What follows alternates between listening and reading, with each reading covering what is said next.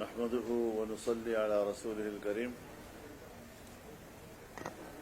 آپ کا شکر گزار بھی ہوں، کچھ ذرا وقت کے تبدیلی کے ساتھ آپ کو تکلیف بھی ہوئی ہوگی۔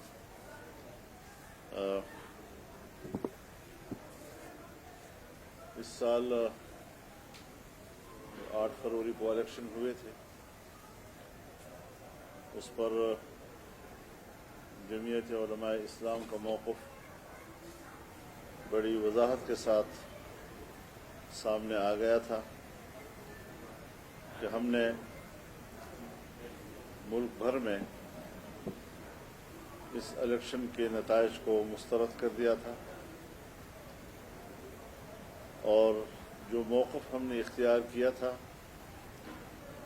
وقت کے ساتھ ساتھ جو شواہد سامنے آ رہے ہیں وہ ہمارے موقف کی تصدیق کر رہے ہیں۔ پاکستان کی تاریخ میں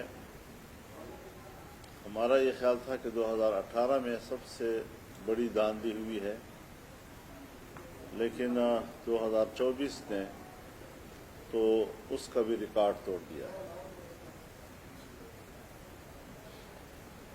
اس حوالے سے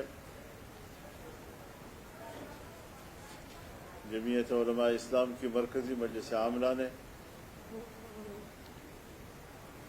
ہر چند کے پارلیمنٹ میں جانے اور تحفظات کے ساتھ جانے کا فیصلہ کیا، لیکن اس صورتحال سے چاروں صوبوں میں جا کر صوبائی جو ہمارے جنرل کونسلز ہیں، مجالس عمومی ہیں، ان کو اعتماد میں لینا۔ چنانچہ ہمارا پہلا اجلاس صوبہ خیبر پختونخوا میں ہوا، اور ابھی دوسرا اجلاس ہے یہاں کراچی میں ہو رہا ہے، اس کے بعد پھر پنجاب میں جائیں گے۔ بلوچستان میں بہت سخت سردی ہے، مختلف اطراف سے لوگوں کے جمع ہونے میں دقتیں آ رہی ہیں، تو اس کو فی الحال مؤخر کیا ہے۔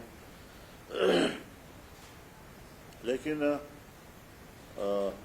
یہ ایک حقیقت ہے کہ جمہوریت اپنا مقدمہ ہار رہا ہے، اور پارلیمنٹ اپنی اہمیت کھو رہی ہے۔ اس صورتحال میں اب کیا کیا جائے؟ یہ پارلیمنٹ جس وقت ہم دیکھ رہے ہیں یہ عوام کی نمائندہ نہیں، یہ دھاندلی کی پیداوار ایک پارلیمنٹ ہے جس میں کچھ لوگ اپنے آپ کو حکمران کہلائیں گے، اور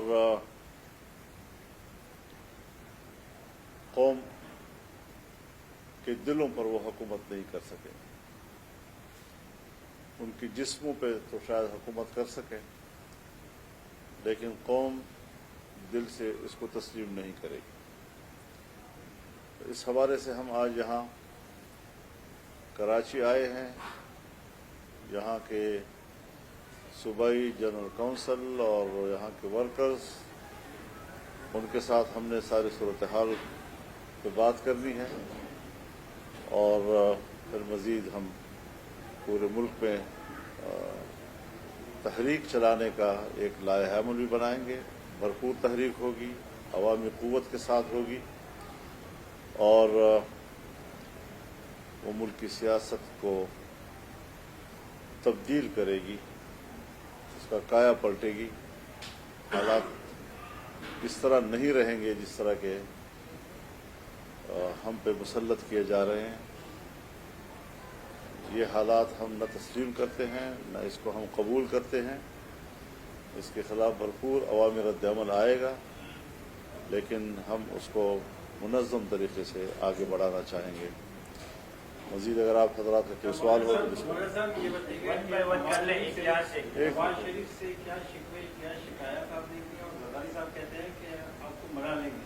کیا آپ کو منانے میں کامیاب ہوں گے؟ صبح آپ کو شامل ہوں گے؟ دیکھیے ہمارا کوئی ذاتی جھگڑے کسی کے ساتھ نہیں ہے کہ وہ ہمیں منا لیں گے. مسئلہ قوم کا ہے, مسئلہ عوام کا ہے. انہوں نے اقتدار کی کرسی کو شاید اپنی جاگیر سمجھ لیا ہے. وہ سمجھتے ہیں ہم پوری اسمبلی جو ہے وہ پیسے کی طاقت پر خرید لیتے ہیں.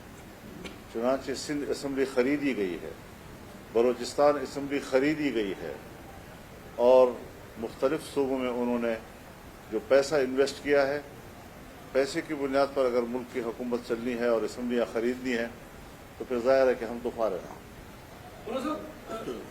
پی ٹی آئی کہہ رہی ہے کہ ملک کی بڑا گریٹ الائنس بنانے چاہ رہے ہیں. سندھ میں جیسا کہ 4 جماعتی اتحاد ہے, جو پی ٹی اے اور جے یو آئی, تمام جماعتیں جو الیکشن میں گاندھیوں کے خلاف ہوتا رہتا ہے. کل رات آپ کی ڈی ڈی اے کے رہنماؤں سے ملاقات ہوئی ہے. کیا سندھ میں اس جو احتجاج جاری ہے اس کو مزید وسیع تر بنایا جائے گا, اور گرینڈ الائنس جو بننے جا رہا ہے اس کے حوالے سے؟ دیکھیے ابھی تک کسی گرینڈ الائنس کا کوئی اس وقت باضابطہ تجویز نہیں ہے. رات کو بھی ہمارے ایک دوست نے گھر کے کھانے پہ سب کو بلایا تھا, ملاقات ہوئی سب کے ساتھ, بڑی اچھی ملاقات رہی. تو یہ ملاقاتیں ہونی چاہیے. اس میں مذاکرہ ہوتا ہے, اس میں ڈبیٹس ہوتی ہیں, حالات کو سمجھا جاتا ہے, اور یہ ہمیں اندازہ لگانا ضروری ہے کہ ہم آئین و قانون کے حدود میں رہتے ہوئے اپنا حق اظہار رائے استعمال کریں. اور اس وقت نوجوان نسل میں بہت زیادہ شدت آ رہی ہے, اور ملک کے اندر ایک نظریہ تو نہیں ہے, بہت سے لوگ اپنے نظریوں کے حامل ہیں. کچھ لوگ ویسے ہی اسمبلیوں سے مایوس ہیں, ایک زمانہ ہو گیا کہ مایوس ہیں, مزید ان کو اسمبلیوں اور جمہوریت سے مایوس کیا جا رہا ہے.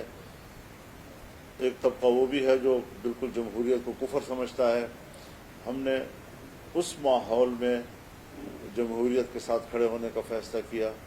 ہم نے آئین اور قانون کی روشنی میں جمہوریت کی تشریح کی اور لوگوں کو اس کی طرف آمادہ کیا. اس ساری قربانیوں کے باوجود کون ہے جو ہمارے اس حق پہ ڈاکہ ڈالتا ہے؟ ہم کوئی ڈاکہ تسلیم نہیں کرتے. ہم ڈاکہ ڈالنے میں مجرم سمجھتے ہیں.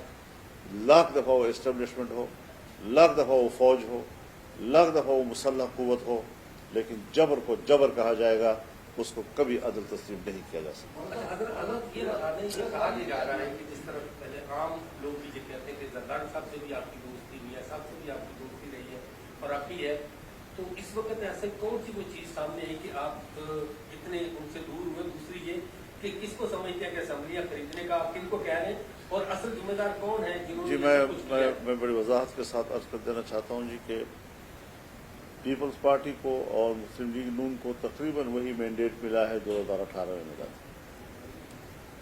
پھر اس وقت دھاندلی کیوں تھی اور آج دھاندلی کیوں نہیں؟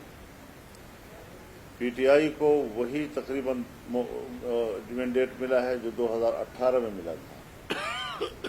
اس وقت دھاندلی نہیں تھی, آج دھاندلی کیوں ہے؟ دونوں سے سوال ہے. لیکن جمعیت علماء اپنے اصولی موقف پہ قائم ہے.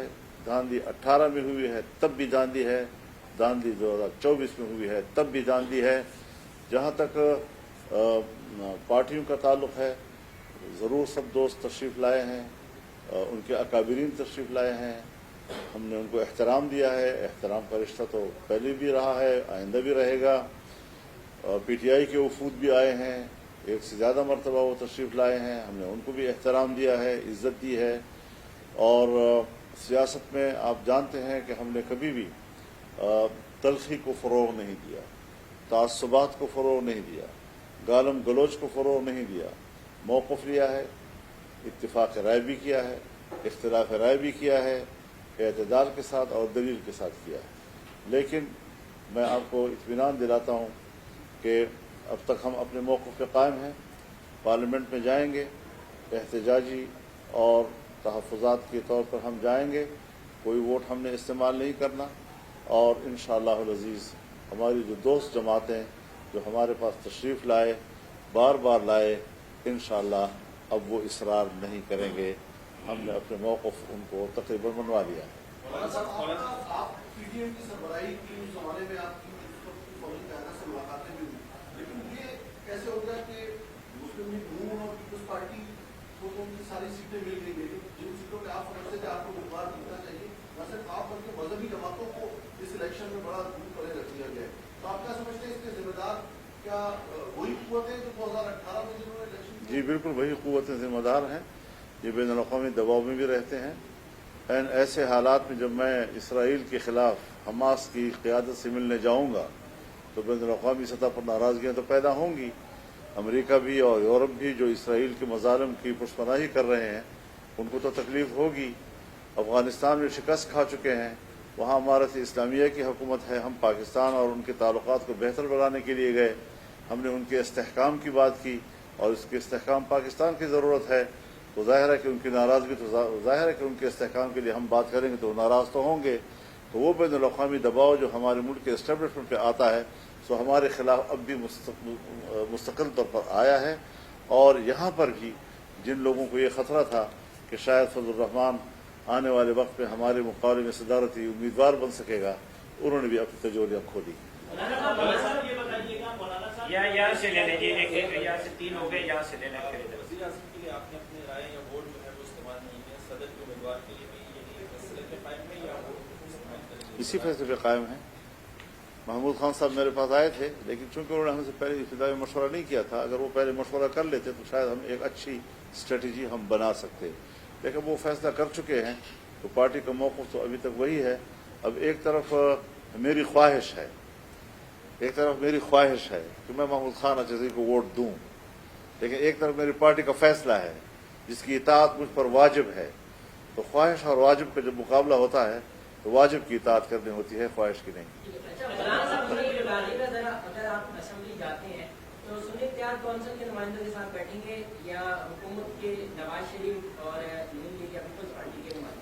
بیٹا آپ لوگ میرے خیال میں پارلیمان کے نظام سے واقف نہیں ہیں۔ پارلیمان میں اپوزیشن ہوتی ہے، حکومت ہوتی ہے، ہم اپوزیشن بینچ پہ بیٹھے ہیں، وہ جہاں بھی ہوں گی تو جسم سے تو میری کوئی لڑائی نہیں ہے نا، فکر اور ذہن اور دماغ سے کوئی اختلاف ہو سکتا ہے، لیکن جہاں پر بھی اپوزیشن کی نشستیں ہوں گی وہیں پر ہم بھی بیٹھے ہوں گے۔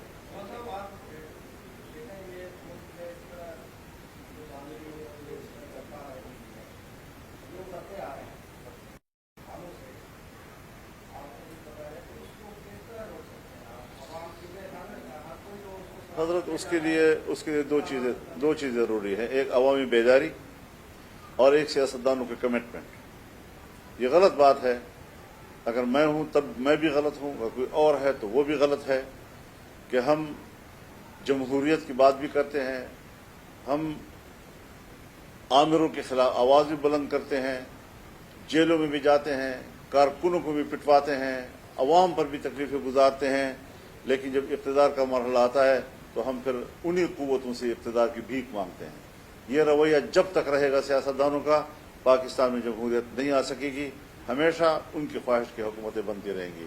لہذا سیاستدانوں کو پہلے اپنی کمٹمنٹ ٹھیک کرنی چاہیے کہ وہ جب ایک جمہوریت پر یقین رکھ لیں تو پھر وہ جمہوریت ہی کے لیے بات کریں، پھر وہ یہ سودے بازیاں نہ کریں، نہ پیسوں کا سہارا لیں، نہ آمرانہ قوتوں کا سہارا لیں۔ آپ نے ذکر کیا حکومت کی، تو مدت کا آپ نے تخمینہ اندازہ لگایا ہے کہ 1 سال چلے گی۔ زرداری صاحب جو وہ کتنا عرصہ ان کا اقتدار بطور صدر رہے گا؟ دوسرا بھی ایک ایکسٹریم پوزیشن عمران خان اور پی ٹی آئی سے متعلق تھی کہ وہ ایک یہودیوں کے ایجنٹ ہیں، آپ کو کیوں اتنا جلدی اپنی ایکسٹریم پوزیشن واپس لے کر پی ٹی آئی کے ساتھ ہاتھ ملانا پڑ گیا؟ نہیں، وہ تو میرے خیال میں بار بار اس بات کی تکرار کی ضرورت نہیں ہے نا، آپ ایک سوال بار بار کریں، میں جہاں بھی پریس میں جاتا ہوں ایک ہی سوال پھر اس کا ایک ہی جواب، ایک ہی سوال پھر ایک ہی جواب۔ دیکھیے سب چیزیں وقت کے ساتھ ساتھ بھی تحلیل ہوں گی۔ موقف جو ہم نے اٹھایا تھا وہ اب بھی ہے، اور اس کو ہم نے اگر تحلیل کرنا ہے تو اس پر ہم ایک ماحول تو اب بنا سکتے ہیں کہ ایسے ماحول میں جب ہم بات چیت کر سکیں، جو ہمارے تحفظات ہیں وہ کیسے دور کریں گے، اس کو جب دور ہوں گے تو پھر تو ظاہر ہے جی کہ وہ بھی پاکستانی ہیں، ہم بھی پاکستانی ہیں، لیکن اس کے لیے ایک ماحول تو چاہیے۔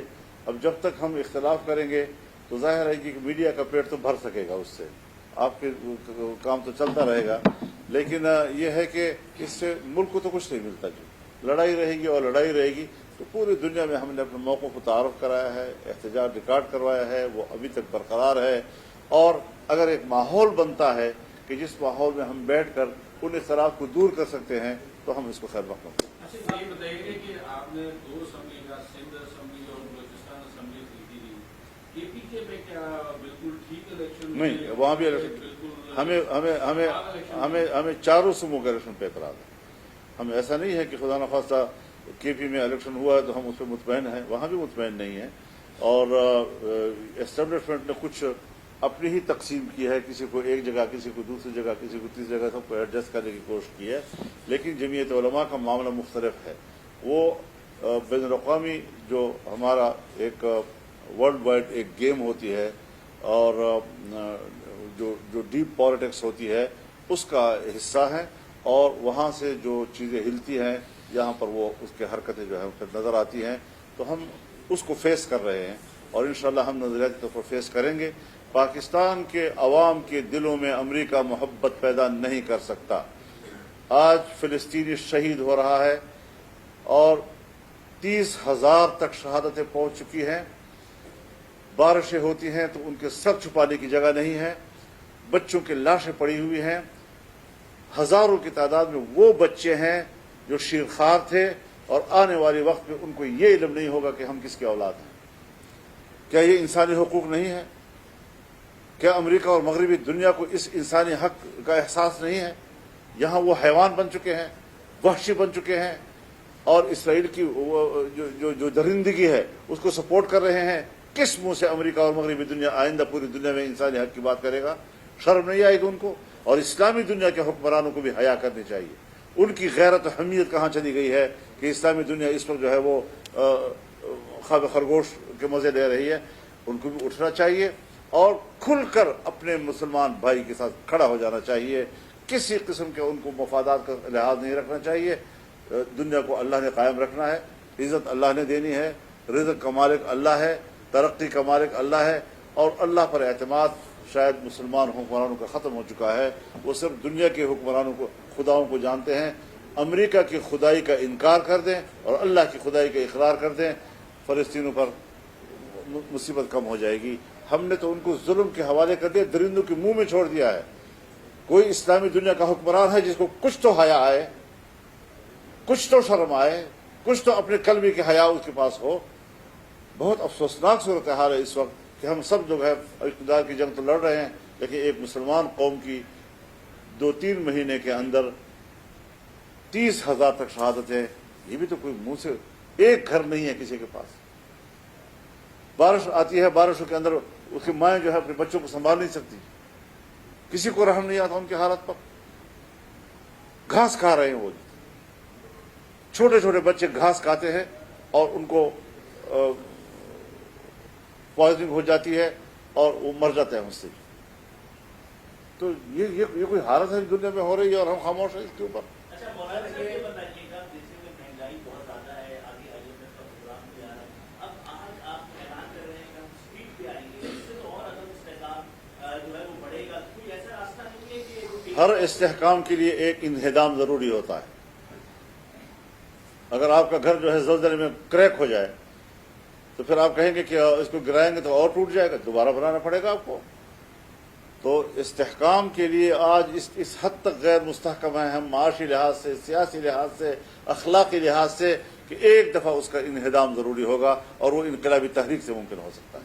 اچھا یہ بتائیں, کب سے آپ ملک کو بند کرنے جا رہے ہیں, احتجاج کرنے جا رہے ہیں, احتجاج کی کال کب سے شروع ہو جائے گی آپ کی؟ تھوڑا ذرا صبر کر لیں. ہم اسی کے لیے تو ہم آئے ہوئے ہیں, آپ لوگوں سے بات کر رہے ہیں. شکریہ جی. آپ نے کہا اسمبلیاں خریدی گئی, انہوں نے اسکیم کے ذریعے خریدی گئی, جمعیت علماء اسلام نے خرید سکتی تھی کوئی اسمبلی؟ جمعیت علماء اسلام کی سیٹیں تو خرید لی گئی ہیں, تو اگر ہم خرید سکتے تو اب تو کچھ ہماری بھی حکومت بن جاتی ہے. بہت شکریہ آپ کا. یہ کس کا ہے بھائی؟